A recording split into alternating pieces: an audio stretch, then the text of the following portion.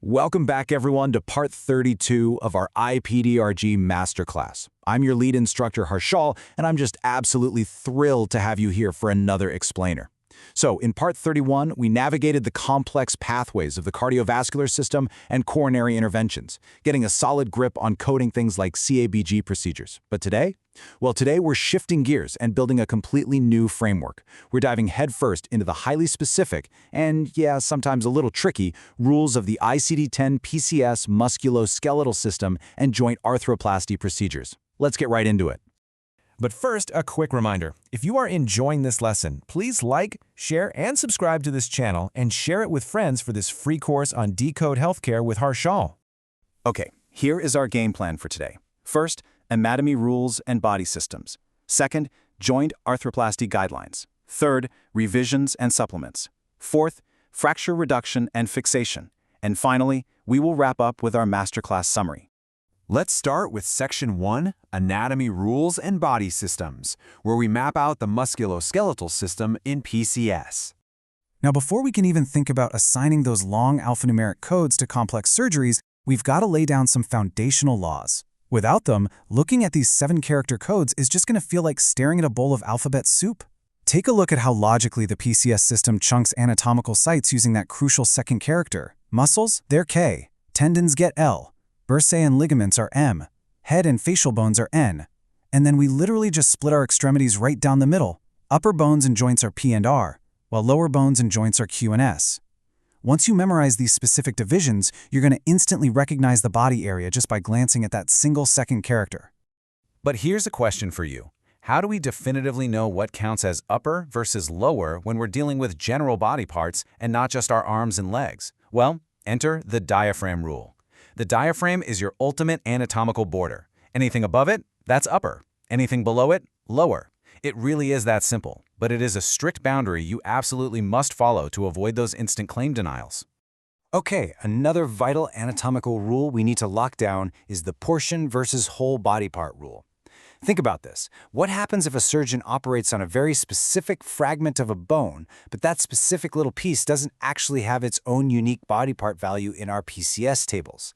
The rule is super clear here. You have to code the value corresponding to the whole body part. So for example, if a procedure is done on the alveolar process of the mandible, which, you guessed it, lacks its own specific value, you literally just code it straight to the mandible. Moving on to Section 2, Joint Arthropathy Guidelines, focusing on total and partial replacements. Let's apply our brand new anatomical map to one of the highest frequency, real-world procedures you're going to see in inpatient coding. I'm talking about joint replacements. For both total and partial replacements, our root operation, which is always that third character, is replacement, designated by the letter R. The goal here is physical substitution. Whether the surgeon is taking out the entire joint or just swapping a portion in a hemi-replacement, if it physically takes the place of that body part, your character is always R. Let's actually build one of these codes together, step by step. Imagine we're looking at the PCS table for a right hip joint replacement. Section is 0 for medical and surgical. The system is S for lower joints. Our root operation, R for replacement. Then, body part is 9 for the right hip. The approach is 0 for open.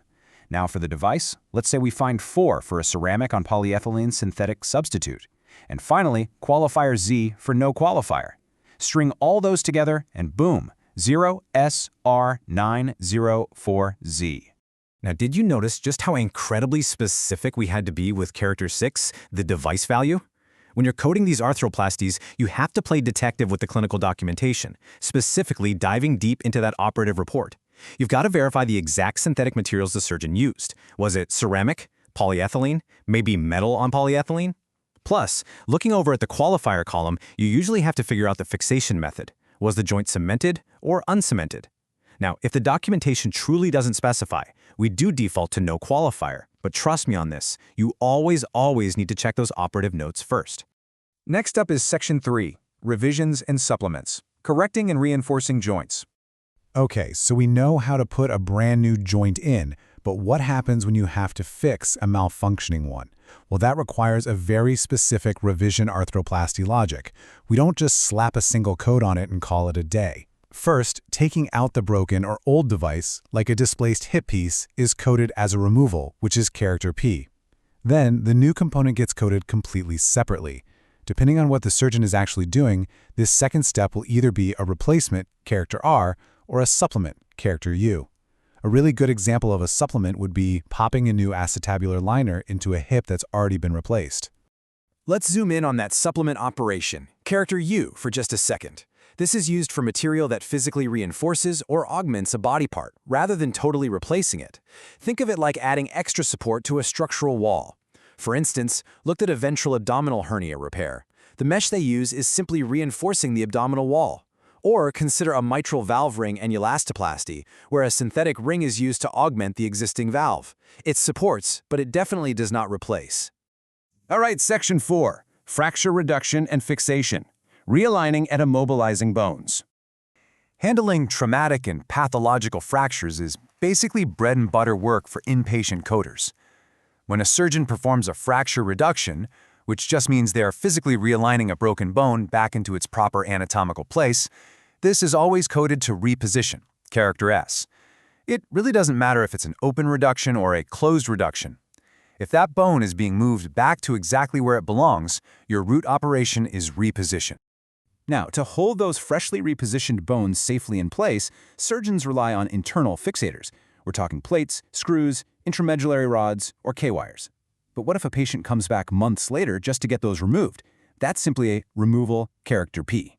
Now, a quick note on periprosthetic fractures. Those are the fractures happening around a joint implant. For those M97 codes, you have to sequence the specific type of fracture first and then follow it up with the M97 code. Oh, and one last unbending rule for this section, extremity amputations will always map to detachment, which is character 6.